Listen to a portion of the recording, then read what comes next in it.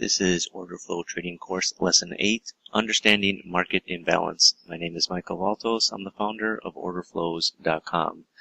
Before we get started, as a brief disclaimer, I would like to present to you this presentation is for educational and informational purposes only and should not be considered a solicitation to buy or sell a futures contract or make any other type of investment decision. Futures trading contains substantial risk and is not for every investor. An investor could potentially lose all or more than the initial investment. Risk capital is money that can be lost without jeopardizing one's financial security or lifestyle. Only risk capital should be used for trading, and only those with sufficient risk capital should consider trading. Past performance is not necessarily indicative of future results. CFTC rules 4.41, hypothetical or simulated performance results have certain limitations. Unlike an actual performance record, simulated results do not represent actual trading. Also, since the trades have not been executed, the results may have under or overcompensated for the impact, if any, of certain market factors, such as lack of liquidity. Simulated trading programs in general are also subject to the fact that they are designed with the benefit of hindsight. No representation is being made that any account will or is likely to achieve proper losses similar to those shown. Okay, now that's out of the way. Let's jump into Lesson 8, Understanding Market Imbalance. Most of the time, the markets will spend their time in balance. That's why the markets are invented, to facilitate trade. When markets are facilitating trade, the markets are in balance. Buyers and sellers are happy. When the market starts to move out of balance, that's when moves start to occur, trends start to occur. And that's where you're going to get your biggest trading opportunities. If you're trading at a level where price is accepted and everyone's happy to trade, then the market's not going to move. It's when one side starts to take over. Maybe there's a shortage that they know that somebody knows about that's hasn't necessarily hit the market. You're going to see the people with that information come into the market and move the market. It's starting to move out of balance. So in a basic sense, why does the market move out of balance is the question you want to be asking. In a simple form, it's buyers are overwhelming sellers or sellers are overwhelming buyers. What that means is, there's at any given moment you have a group of buyers and a group of sellers. When the group of buyers really, get interested in buying and, they buy all the supply that the sellers have to offer, the price is going to start to move to a higher price. People are being more aggressive and the market is starting to rally. And conversely, when sellers are overwhelming the buyers, maybe there's a lot of inventory on the market. That's going to be hitting the market rather, not necessarily on the market at the moment, but, if there even is a lot of inventory currently in the market and it's not being sold, people have to lower their price. And, they'll lower their price until they can find buyers.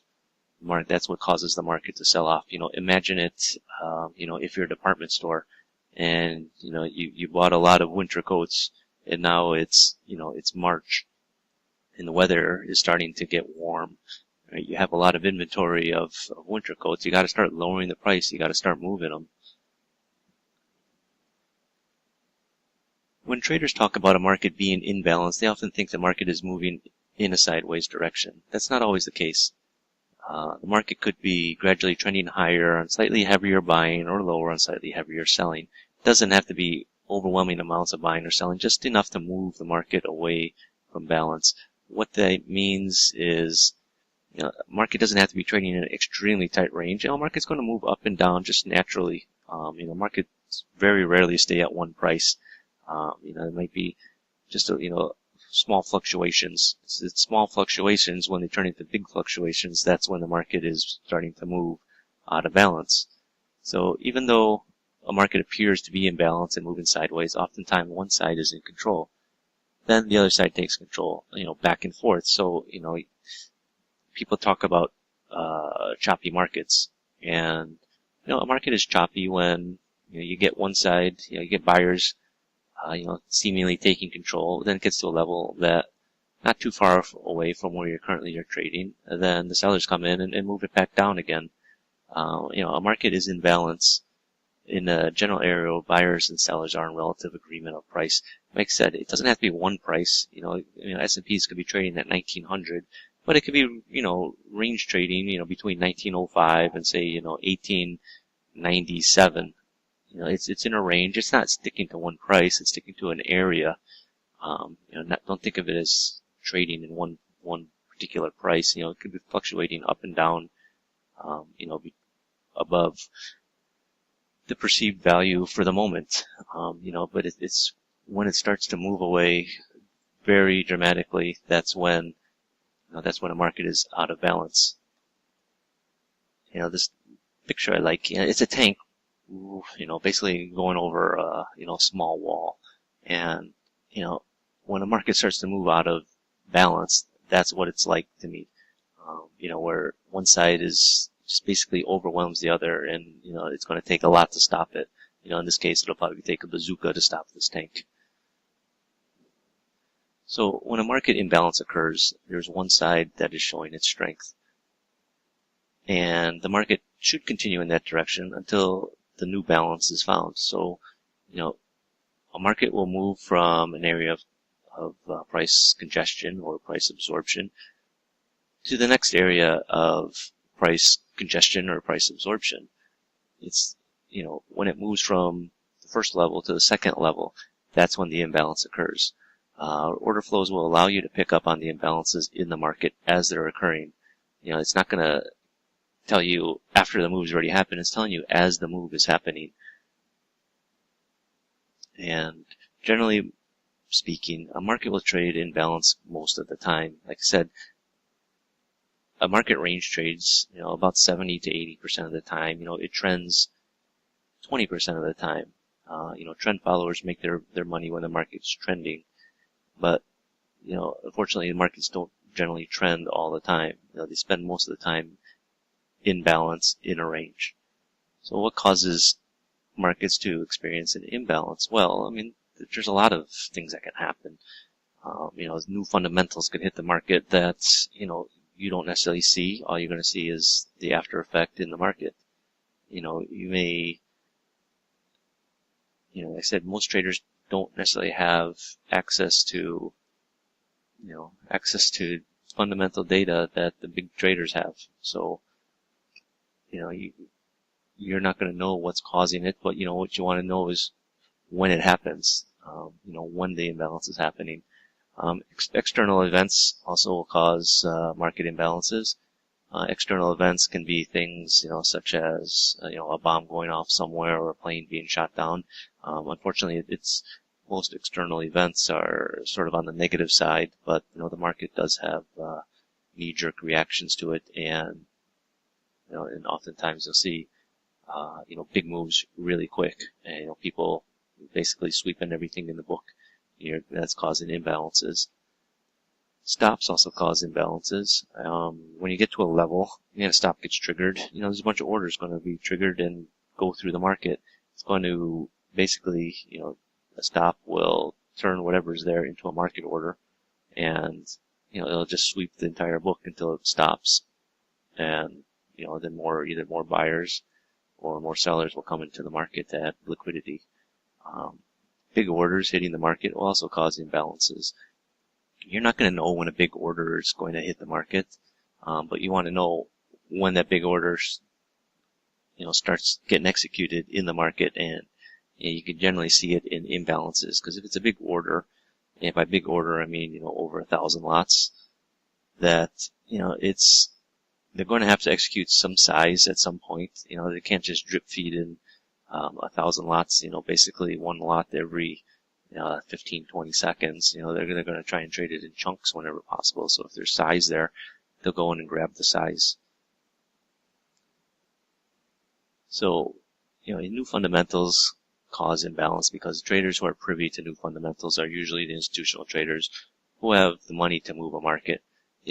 They may know that all of a sudden in China that, there may be a new tariff on cotton imports, or new tax on something. Most retail traders aren't going to be privy to that. They'll be asleep when that's happening. but institutional traders, people that are moving the physical products tend to have better sources of news. That's just a fact of life. A market goes into imbalance due to external events such as a plane crash or a bomb going off somewhere. You'll see strong imbalances occurring and the market bouncing around very fast. These imbalances cause the market to move extremely far on a fast move. The market will not indefinitely move in that direction. The market will stop and turn much quicker than normal. So when you see a big spike in the market, and lots of times you don't know what just happened. You do know that, if it's a spike up, that there was very strong buying. You have to watch what happens after the spike. If it's, say, the S&P's rally from 1910 up to 1940 within a matter of, 15 seconds and stop at 1940 and drop back down to 1925. Oftentimes there's, some external event that, you're going to be scratching your head trying to look for, online what happened just now.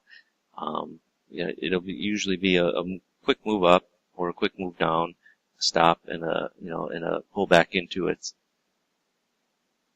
It's something because, people are, either getting out of positions or, usually it's people getting out of positions. Usually when you see something like that, it's more of a move down.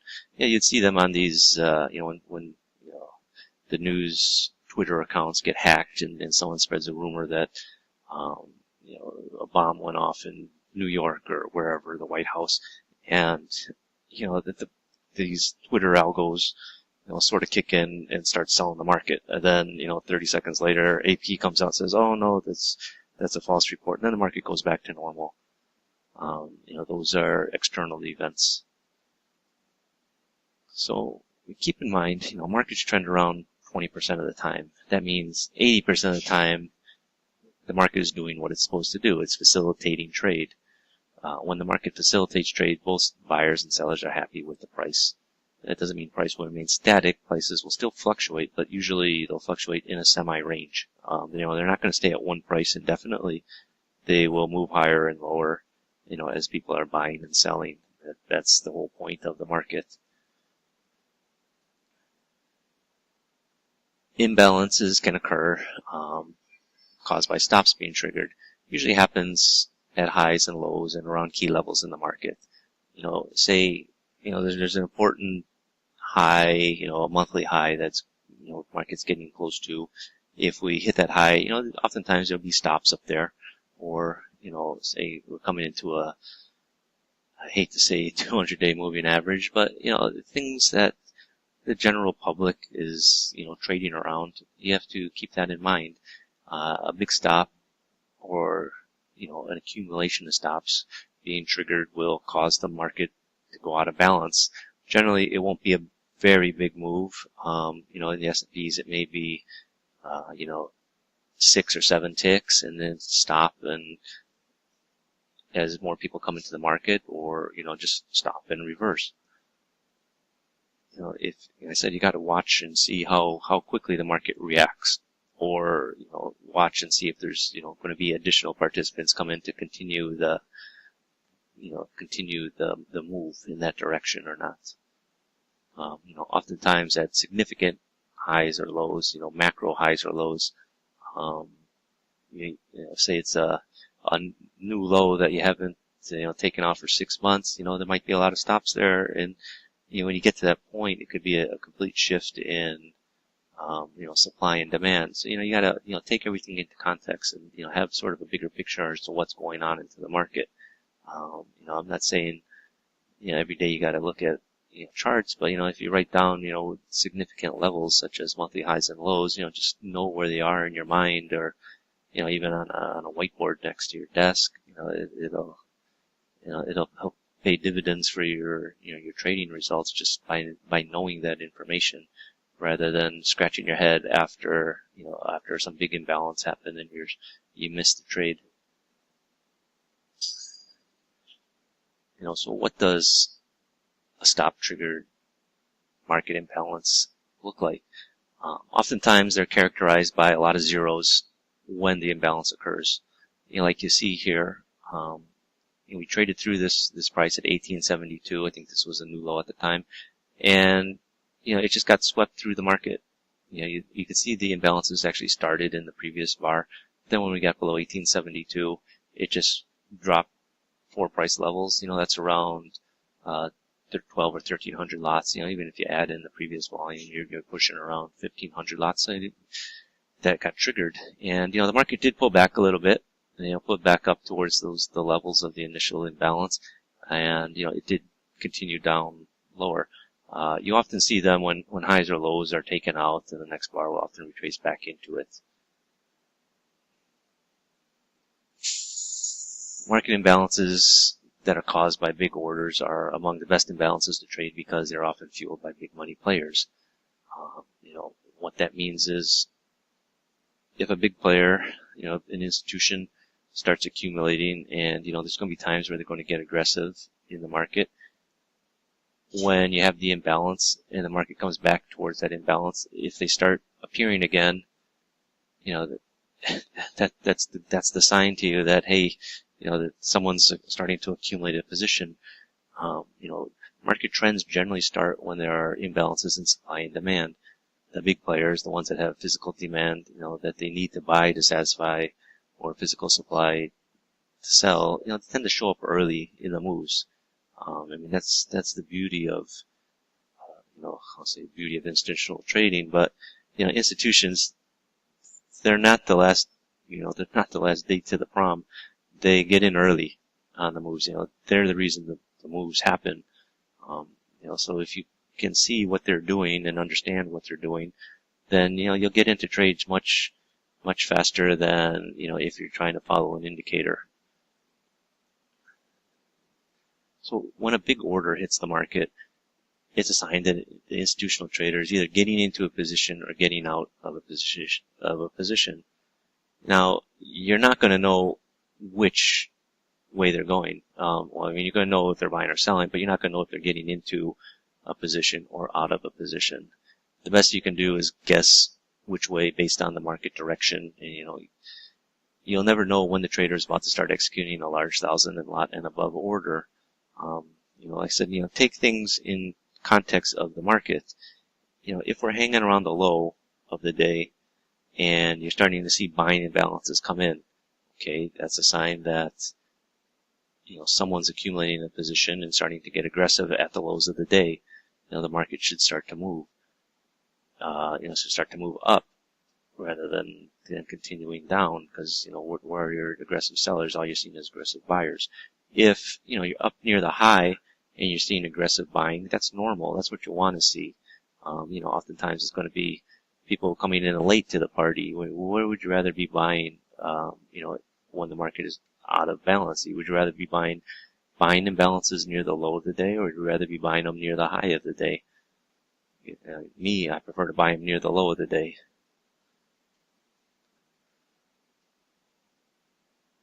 Now, order flow, what it allows you to do, it allows you to see once the order is being executed, if the trader is being aggressive to get the order done. If he is, the trader will cause a market imbalance. When the trader needs to get the order done, that's why he's being aggressive. Maybe he has instructions, I hate to say don't fuck it up, but sometimes the portfolio managers will tell the execution trader, just get me in and try not to push the market. There's going to be times where the trader has to be aggressive and get some on. He knows he's going to move the market, so if he can get some on, be aggressive early, he'll look better.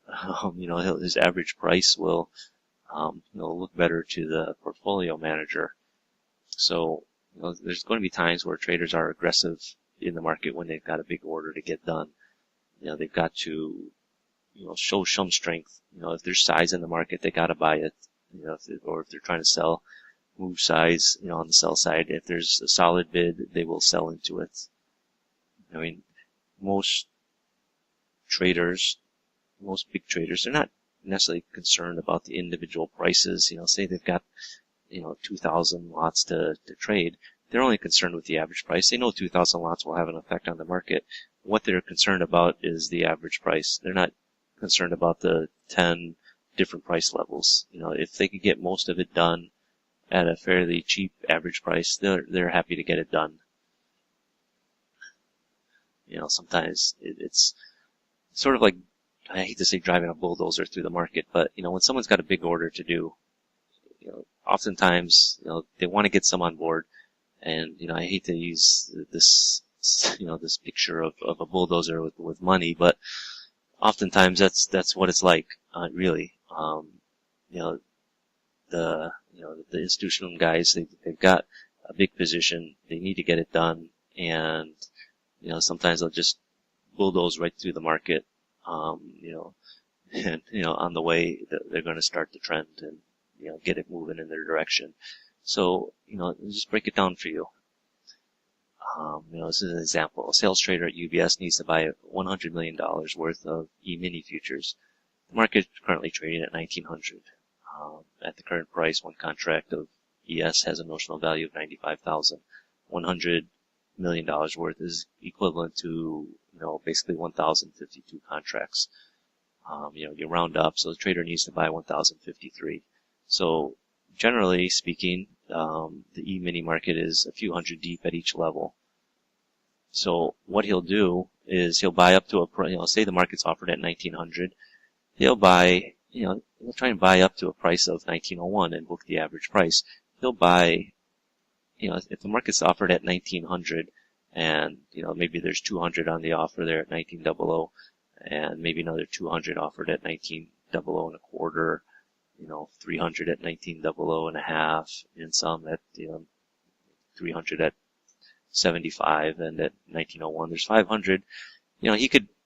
He's confident to put his order to buy 1,053 contracts up to 1901. His average price will probably come out to 1900.375 or something like that. It'll be spread out, but his average price is below where he's going to move the market to. So in general he should be happy, and at the same time the market is now trading higher.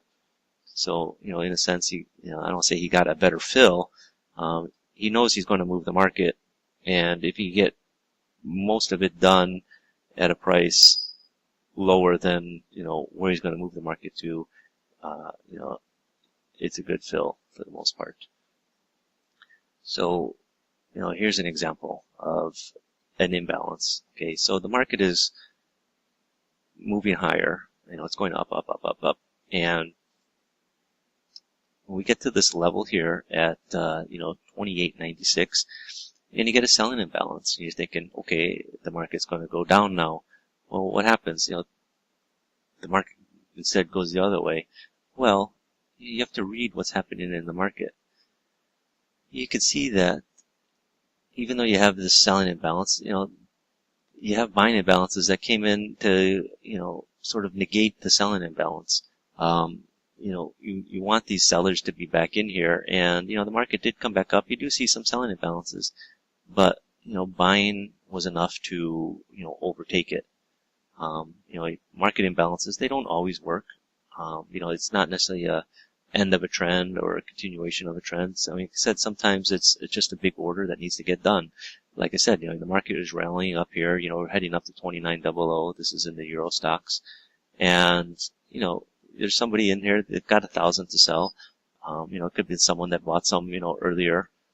And, they're happy to sell it, at around the 95 level. They're going to get their average around 94, 95, 94 and a half, to move 1,000 lots. People are going to trade where their size. Does the person get out, prematurely? Yeah, maybe. Who knows? They're happy. You don't know if they're taking profits or, they're trading against something. I said, imbalances, they don't always, signal the end of a move, but,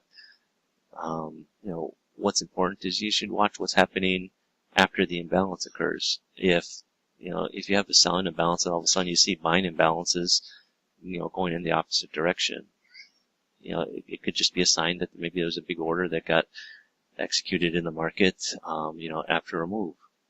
And now the move's going to continue on because you're seeing, the aggressive buying come back in.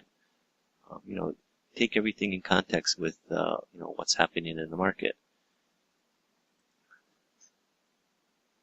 Okay, so, this is a case where you have, market is starting to, it's kind of in a range down here. This is 5:45, 6 o'clock, 6:30, 7 o'clock. And, we're starting to move away. Okay, there's not necessarily, anything in here that's telling you, and then wham, you see this big buying imbalance, 3,000 lots. It really stands out. 3,374 is your imbalance. And, your volume is literally the biggest volume you've seen anywhere in here. I think the biggest one prior to that was, 3,329, and here you got 3,374. That's a sign that market is, someone is being aggressive and basically buying whatever in order to get their hands on to move the market. I mean, when you see things that stand out like this, you really gotta, your ears will prick up, and you'll want to try and jump on board and go the same direction as that trade. Now, this is another interesting chart. This is in the crude oil. Now, imbalances occur for, many reasons. You don't necessarily know why it's occurring, but you should, take everything and try to understand what's going on. So, we're going up in the market. You get a buying imbalance, just as you sort of take out this previous high. So you take out the high and you get a buying imbalance, which is what you like to see when you're taking out the high. And, the market makes a new high, comes off a little bit, again, goes back up and makes another new high. And what do you have up there? You got a divergence. So you got a negative delta. And then in the next bar, you got strong selling. You got a selling imbalance. It's almost at the same level of the buying imbalance earlier. So, you're seeing a shift in supply and demand. Demand was very strong here, but it reached this level. All of a sudden there's I'll say no more demand, but, there could be some supply up here. People could realize that, hey, it's expensive. They should look to be selling it. What's important is you have this buying imbalance, and then immediately after it, after you make the high, all of a sudden you got a lot of selling come in. The market is now out of balance up here. It looked like it was sort of in balance. Like I said, sort of reaches high and going sideways, but then you hit the high, and then you have a selling imbalance, at the high. That's why I said I'm more inclined to take buying imbalances near lows and selling imbalances near highs. That's just because that's where you're going to see shifts in supply and demand. Okay, this is crude oil again. We're working our way up. You got some buying imbalances, a couple in this bar, and then in this bar where you hit the high, you have a buying imbalance right underneath the high of the bar. Okay, what just happened? You hit the high, you got a buying imbalance right up at the high, and then the market got one tick above it and turned around and sold off. That's telling you that, again, there's a shift in the supply and demand. You're having a buying imbalance right at the high. Why isn't it following through? You should be continued to make new highs. If you're getting buying imbalances at the highs, you shouldn't all of a sudden be selling off and dropping, 10 ticks right after you hit the high, with some aggressive buying. What it's telling you is that there's, people, I don't say are trapped, but, people are long and wrong. It'd be the opposite if it was at the low, but, in this case, it's at the high. Okay, crude again. So, you're working your way up, from a lower level. You got a buying imbalance here, and it's a bunch of zeros. It could be stops. It's very good volume: 426, 169, 58, 120. The next bar retraces a little bit into it, but it comes right back down to this point of control and continues up. Is this a stop and trigger? Is it a stop induced imbalance? It's hard to say. It could just probably is, because there was a lot of volume here. It could be there was an iceberg order, something holding the market. It could have been an arb order. And if you get through, usually when you get through these big offers in the market that are holding the market down, once you get through it, the market can really put a move in afterwards. It's hard to say, but I think that once the market got through this level, it triggered us. Some people had stops behind it, and triggered it a little bit higher. To me, this looks like a stop-induced imbalance. Okay, so what is this? This is E-minis. What's happening? You're working your way up, and you're seeing buying imbalance, buying imbalance, buying imbalance, buying imbalance, buying imbalance, buying imbalance. You hit the high. Then all of a sudden, the first time you see selling imbalances, 1300, 700. Okay, after this high here, the market turned down. You want to see what's happening in the next bar. Earlier you hit the high, turned down, but then you're met with buying imbalances again, in the continuation of the move. Here you hit the high. There wasn't any buying imbalance or selling imbalance. But in the next bar, all of a sudden it's telling you, hey, there's some aggressive sellers in here. There's more aggressive sellers. You're getting the imbalances appearing. Like I said, it's the first time you see any imbalances appearing, in this little move up. That should be alerting you to, hey, get ready to get short. Then in the next bar, you're seeing, sort of, a few additional things. You see 2 more imbalances. You see a single print there, and then the market, it proceeded to sell off, quite nicely. So this is a Euro Stoxx chart, and, what you're seeing in here is a couple of things. Okay, first of all, you're seeing some point of controls right at the same levels in here. Sort of indicative of a market that's just going sideways. You could use them as support or resistance levels. In this case, what really stands out is you have these imbalances right at the bottom of green candles. And, what that's telling you is, there were some aggressive sellers trying to get the market to go lower. You have these 4 imbalances right at the exact same level. And, the market would only sell off by a couple ticks. Then you get in this last bar here, and, you got a selling imbalance of 233. It's decent size. It's good size. Why isn't the market going through? Obviously, there's somebody there bidding the market. Basically, palms facing in, willing to buy whatever, people are willing to sell. And, the sellers just couldn't get past that level, and the market pops up. And then again, you get this 370 lots selling imbalance right on the low of this bar. It happens to be exactly at this point of control. Obviously, someone's interested in buying here at this level. The sellers can't push the market through this level, and the market bounces back up. Knowing where imbalances are appearing in bars is also important. When you see them in green candlesticks, selling imbalances at the bottom, and the market can't get through it, obviously it's a sign that, there's somebody in there trying to, I'll say support the market, but someone's in there, they've got some buying to do.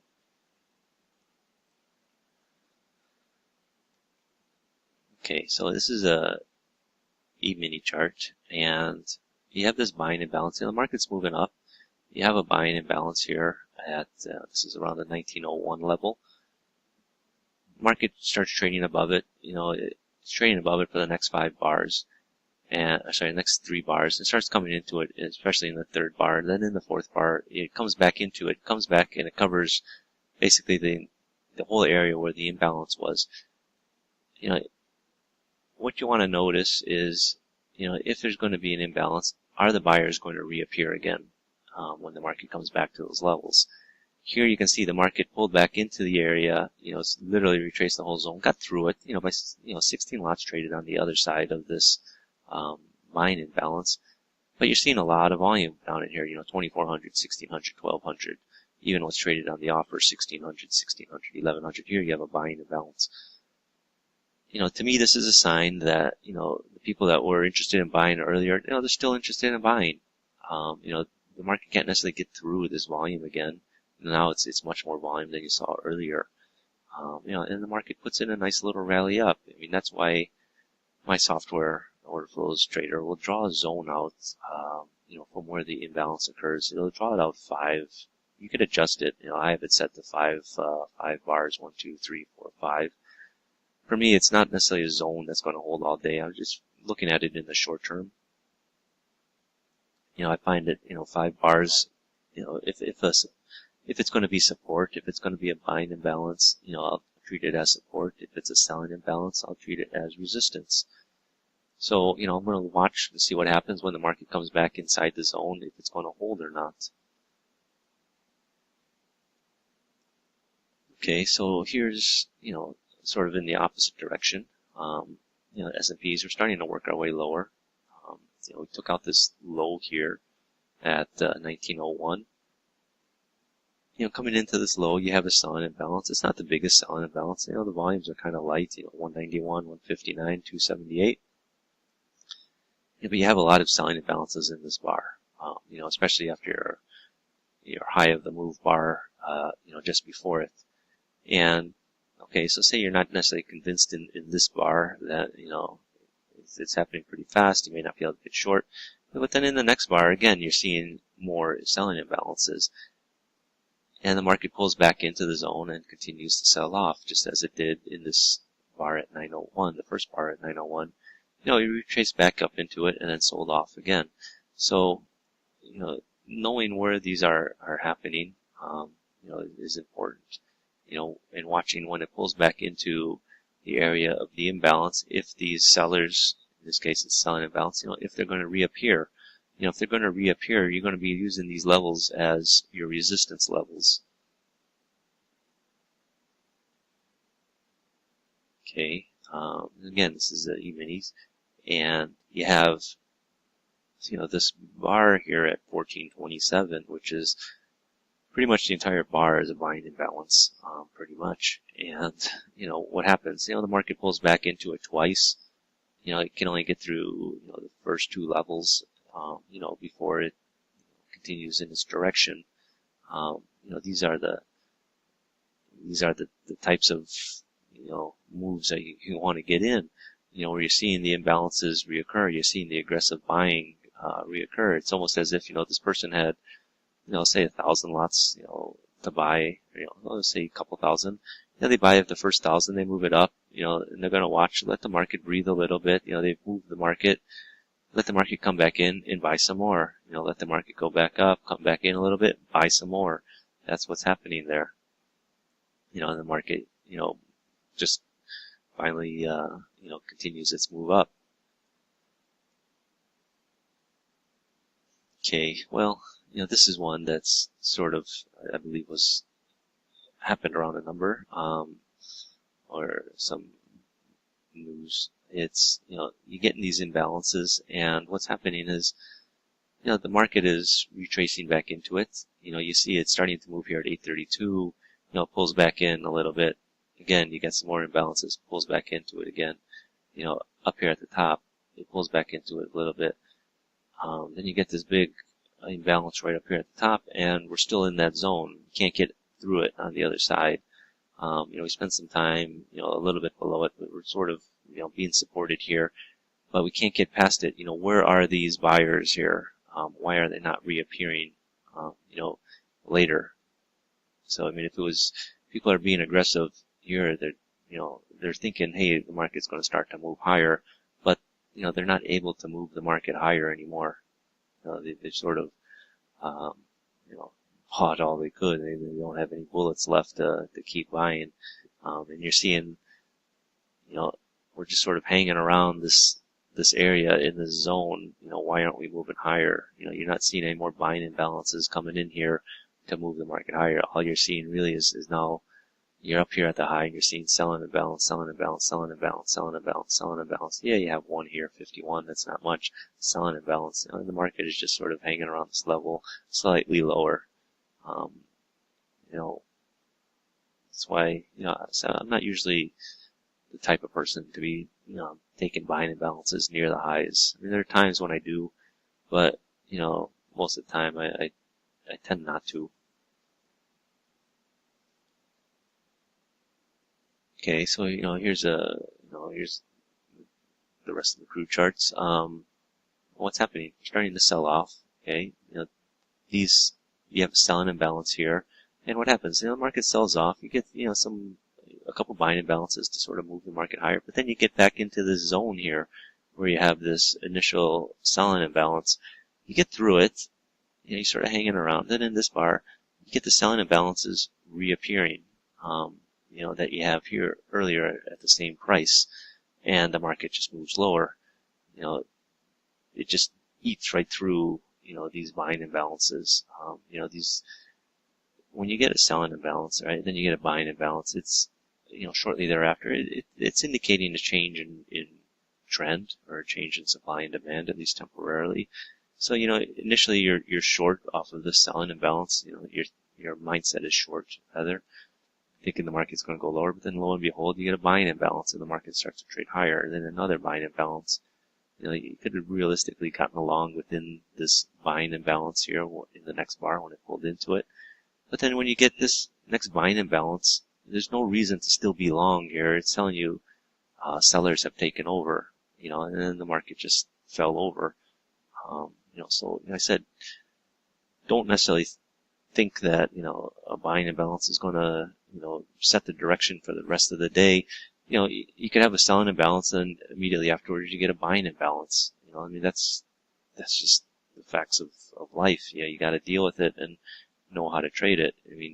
You're short, but then you have an opposing buying imbalance. You got to get out. I don't necessarily say you got to get long. At least get out first and then decide if you want to get long.